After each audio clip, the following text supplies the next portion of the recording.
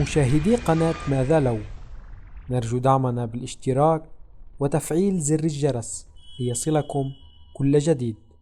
نتمنى لكم مشاهدة ممتعة. تخيل عدم وجود ممتلكات. أتساءل إن كنت تستطيع ذلك، كيف سيبدو العالم بدون نقود؟ هل سيكون المجتمع أفضل حالا؟ هل سيقضى على الجشع أو الجوع؟ هل سنكون أكثر سعادة؟ وكيف سنحصل على الأشياء التي نحتاجها؟ هذه ماذا لو، وهذا ما سيحدث لو لم يكن لدينا نقود.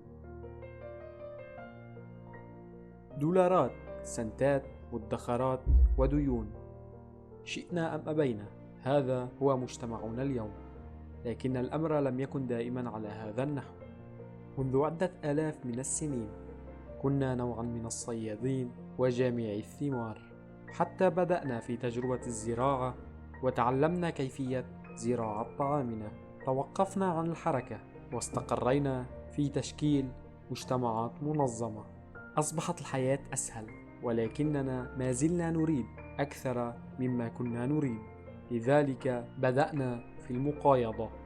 تقدم سريعا ببضعة آلاف من السنين لأول عملة مسكوكة التي يعود تاريخها إلى 600 سنة قبل الميلاد. أصبح النقد ملكا، واليوم لا يزال المال يتحدث. إذن ماذا ستقول إذا انكسر هذا فجأة؟ من المفهوم أنه ليس من السهل تخيل عالم بدون نقود. لذلك تقدمنا وقمنا بالعمل الشاق من أجله.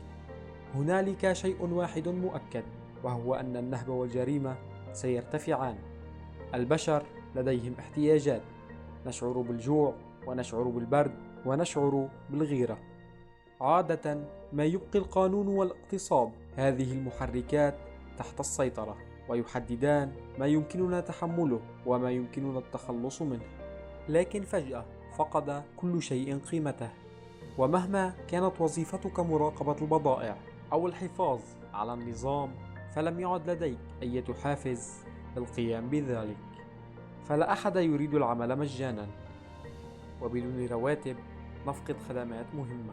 لا شرطة ولا قسم إطفاء ولا أطباء ولا جيش.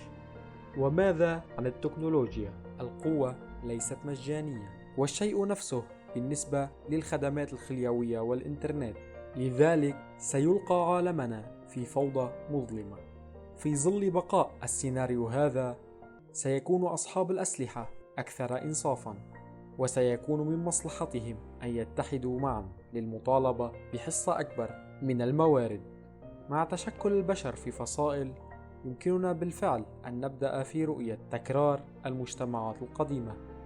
لم تعد الشوارع آمنة، ستكون لديك فرصة كبيرة للتعرض لكمين، وأي شيء يستحق الاستيلاء عليه من المحتمل أن يكون بالفعل تحت المراقبة المسلحة.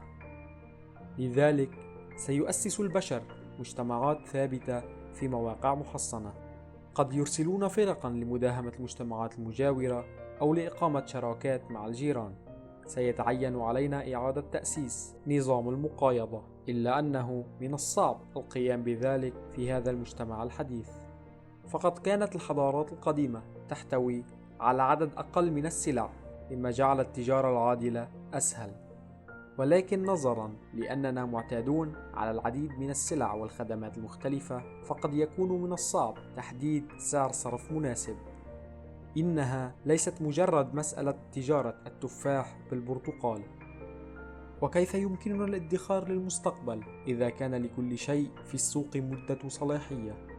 هذه ليست سوى بعض المخاوف التي تم حلها بشكل أو بآخر منذ إدخال العملة. لكن ربما يكون للعالم بدون عملة فرصة لإعادة هيكلة مجتمعنا. فاليوم ننتج ما يكفي من الغذاء لإطعام الجميع، ومع ذلك لا يزال الناس يعانون من الجوع. ويوجد مآوي كافية لنا جميعا لننام بهدوء، لكن البعض منا بلا مأوى. بدون المال قد نتعلم أن نكون مرتاحين، وقد نستمتع بالعمل بحرية من أجل مصلحة أكبر. بالطبع العالم الأفضل ليس بالضرورة أن يكون سيناريو ماذا لو، يمكن أن يكون من خلال التبادل والتعاون والعمل الجاد. التحدي إذن هو تحسين النظام الحالي وتمكين المزيد من الناس بداخله.